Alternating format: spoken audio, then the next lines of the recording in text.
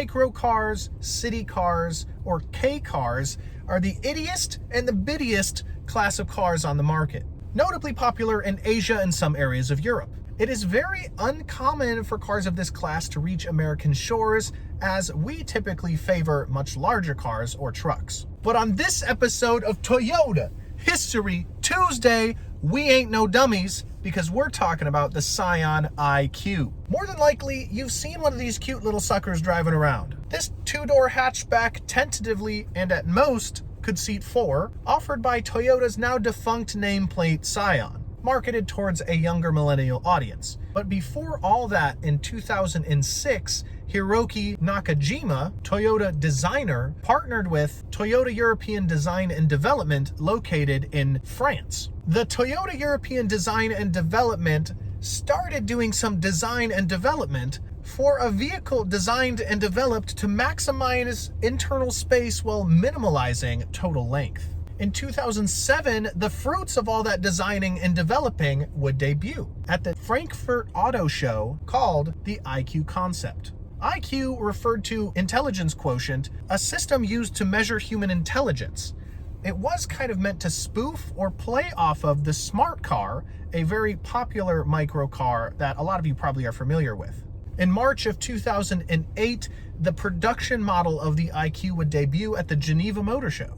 It would enter production in Japan in November of 2008 and jump into European sales in 2009. The 2008 debut of the vehicle would actually lead to the IQ being named Japan's Car of the Year. These city cars are huge in Japan due to very dense populated areas, very narrow streets, and tax regulations on engine size and emissions. This further contributed to the high respect the IQ was receiving in the Japanese domestic market. The IQ had 3 engine options: a 1-liter inline-3, a 1.3-liter 4-cylinder, or a 1.4-liter diesel 4-cylinder. Horsepower ranged from 67 to 97, and torque ranged from 72 foot-pounds all the way to 140 foot-pounds. Combined with that front-engine, front-wheel drive layout, the IQ would range about 37 miles to the gallon. Seeing that it was focusing on low fuel consumption, high maneuverability, larger internal space, but a very short length of vehicle,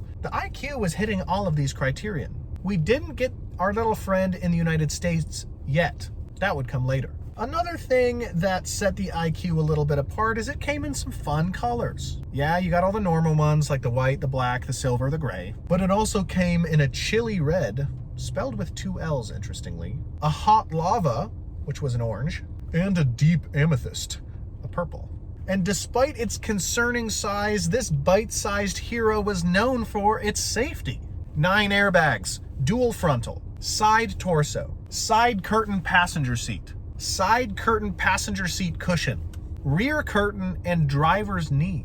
2009 would be a big year for the IQ. First, a completely overpriced rebadged version of the IQ would become available under Aston Martin's brand called the Signet. This was an overwhelming sales failure, as it basically was just an IQ but way more expensive with a little bit of different style and internal changes. This thing would have such a horrible sales number, it would pretty much only sell 300 total.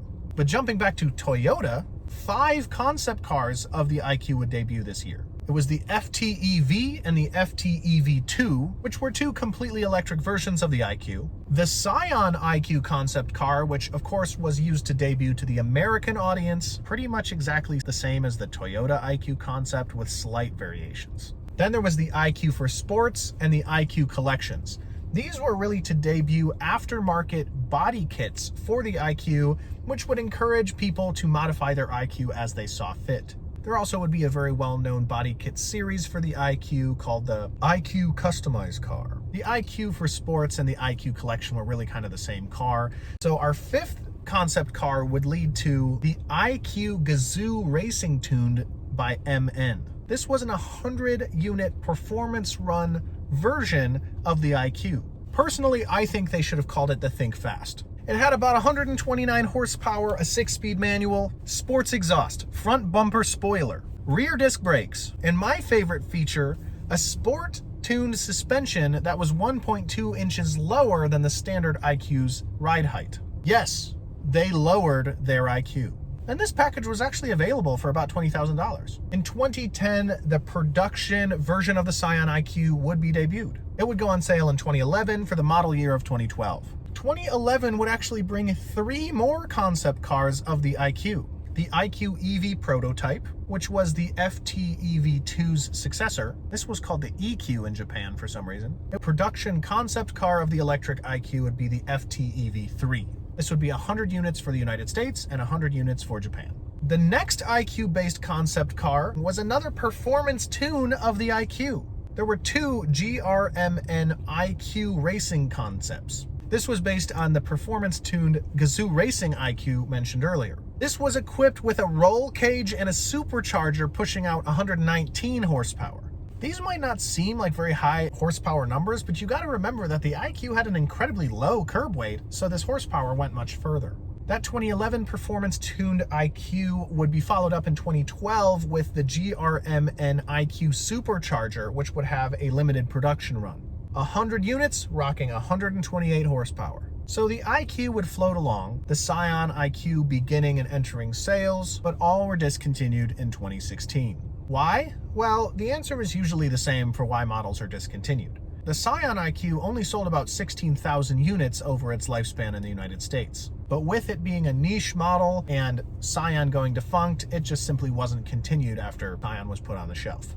And that really does bring us up to date on the IQ, except for one little footnote. In 2019, the Chinese electric vehicle company, Singulato, showed off the IC3, a Toyota-approved electric vehicle based on the IQ. So we'll see what they do with it. But there we have it. That brings us to the end of the story of one of the most popular microcars in American history, the Toyota/Scion IQ. So I want to thank you guys so much for watching. My name is Mitchell. I'm sitting here at Fred Haas Toyota Country, and I'll see you in the next video. Thanks a lot.